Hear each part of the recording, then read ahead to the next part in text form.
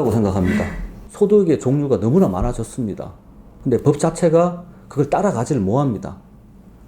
좋은 세무사, 안 좋은 세무사를 제가 말씀드린 판단하는 기준은 가부화가 분명히 걸립니다. 그럼 거기서 서비스 질도 당연히 떨어질 거고 나중에 문제될 확률이 많습니다. 좋은 세무 대리인을 선택하는 일단 기준에서 일단은 제일 먼저 우선시해야 될 게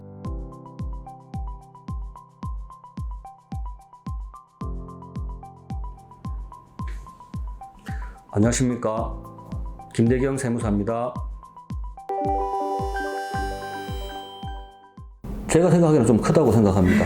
세법이란 과목, 이제 과세관청에서 납세자들한테 세금을 거두기 위해 가지고 만든 게 세법입니다. 그러면 법률적으로 그 요건을 정해져 놔야 되는데, 이 경제가 발전하면 발전할수록 없는 직업들이 많이 생기고, 지금 예를 들어서 단편적으로 10년 전과 비교해 볼 때 소득의 종류가 너무나 많아졌습니다. 새로운 직업도 많이 생기고. 근데 법 자체가 그걸 따라가지를 못합니다.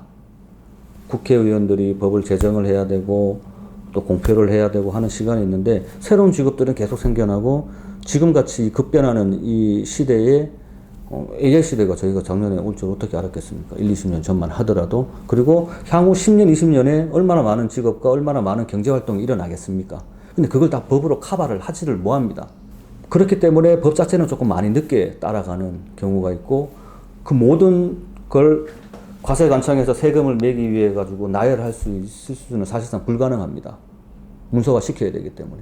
그렇기 때문에 법은 법으로 어느 정도 포괄적으로 정해놓고 거기에 관련된 시행령, 시행규칙이 있지만 내일이라도 바로 어떤 새로운 거래가 발생할 수도 있는 부분이지 않습니까? 그렇게 만약에 우리가 생각을 한다면, 자, 세법을 제일 많이 아는 세무사님들은 어제 시험을 붙은 세무사님들입니다. 저 같은 경우는 지금 시험 붙은 지가 거의 한 15년, 16년 됐기 때문에, 법전을 물론 이제 계속 24시간 풀 수 있는 부분이 아니기 때문에, 이제 결국은 내가 이론을 겸비를 했더라도 이제 실질적으로 거래처들을 만나고 그 사람들이 상담할 수 있는 부분을 법으로 커버를 할 수 있는 부분이 아니기 때문에 어느 정도 법을 우리가 유출을 하고 법 취지를 알아야 되는 부분입니다. 그래서 그런 맥락에서 이제 어느 정도 세무사 업무도 어느 정도의 좀 경력이 있어야 되지 않냐. 이제 물론 기본적으로는 이론입니다. 법을 알아야지 거기서 이 법이 커버를 못한 부분을 법을 어떻게 적용시킬 건지, 그럼 과세과정에서는 어떤 경우로 나올 건지, 그럼 거기서 우리가 어떻게 대응을 해야 될 건지, 납세자를 보호해야 될 건지, 그런 부분을 고민을 해야 된다면 당연히 법은 알아야 되지만 그 법만 안다 그래가지고 저희 업무를 다 할 수 있는 일은 아니라고 생각합니다. 그런 이유에서 그렇게 판단하시면 될 것 같습니다. 제 기준으로 말씀드리겠습니다. 제가 좋은 세무사이기 때문에. 세무사님들도 지금 경쟁이 많이 치열합니다. 어떻게든 세무사업이든 다른 자격사든 수입을 창출하기 위해서 하는 영리를 추구하는 집단입니다. 그래서 물론 서두에도 질문해 주신 내향적인 성격, 외향적인 성격과 일맥상통할 수도 있겠지만 어느 정도의 그 사람의 믿음입니다. 좋은 세무사, 안 좋은 세무사를 제가 말씀드린 판단하는 기준은 사무장님들이 하는 케이스가 있습니다. 그래서 이제 저희 업 자체에서도 이제 어느 정도의 거래처가 늘어나면 세무사님이 혼자서 다 커버할 수 없는 부분이고, 직원 부분들도 이제 할 수 있는 부분이 아니라서 그 중간을 이제 사무장님이 하시는데, 라이센스가 없는 분들이 이제 본인 거래처를 가지고 하는 경우가 있습니다. 그분들은 이제 라이센스를 갖고 있는 분한테 어느 정도 금액을 지급을 하고, 물론 불법인데 다방면으로 걸쳐져 있는 상태라서 저희 세무사회에서도 업무정화위원회를 설치를 해서 그런 부분을 많이 좀 관리 감독을 하고 있지만, 사실상 경조직으로 많이 퍼져 있는 부분에서 관리가 안 되는 부분입니다. 제가 말씀드리는 부분은 이제 건수 사무장이라고 저희가 소위 말씀드립니다. 본인 라이센스는 없으신데 본인 거래처를 들고 이제 움직이는 거죠. 그러니까 보통은 갓 개업한 세무사님들, 좀 연세 많으신 세무사님들한테 명의를 빌려서 이제 그분들한테 일정한 대가를 지급하고 본인들이 이제 그 거래처들 상대해서 세금 장부를 하는 부분인데, 근데 그분들은 어떻게든 라이센스가 없기 때문에 나중에 문제가 되면 책임을 질 수가 없습니다. 그리고 안쪽으로 보면은 그분들이 수익 창출을 하기 위해서는 저랑 비교를 했을 때는 그분들은 어느 정도의 또 라이센스 비용을 지급해야 되는 부분이 있어서 장부의 질이 떨어질 수밖에 없습니다. 자, 예를 들어서 과장급 정도 되는 직원은 50개를 할 수 있는 능력에 있는 직원입니다.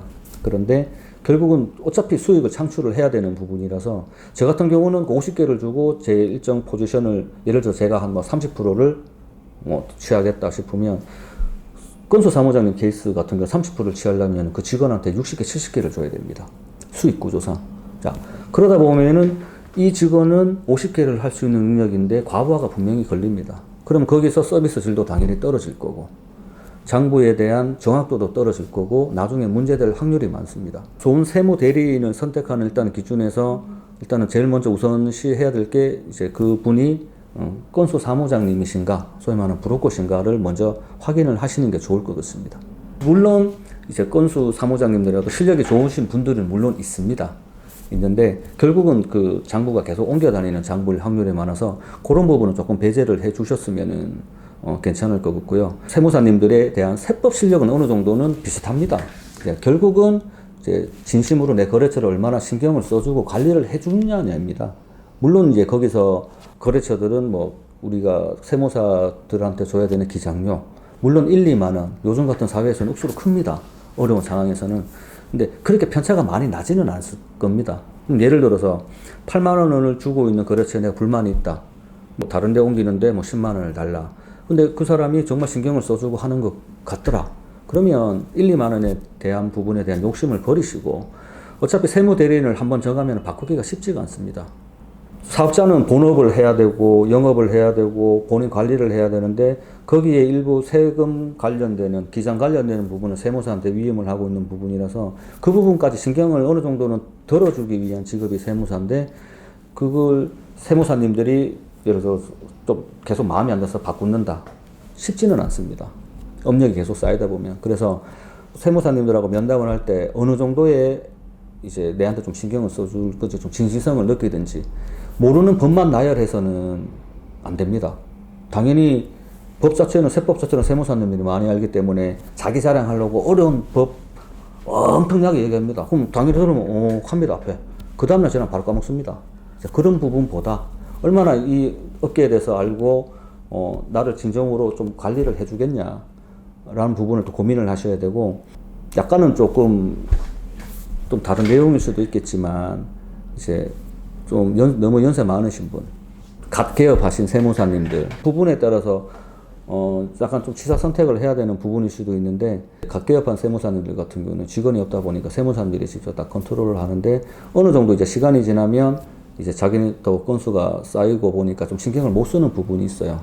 너무 젊다, 너무 나이가 많다 이런 부분에서 세무사님을 취사 선택하는 게 아니라 얼마나 나에 대한 그 진심으로 대해주는지 실력보다는 그렇게 이제 판단하시는 게 나을 것 같습니다.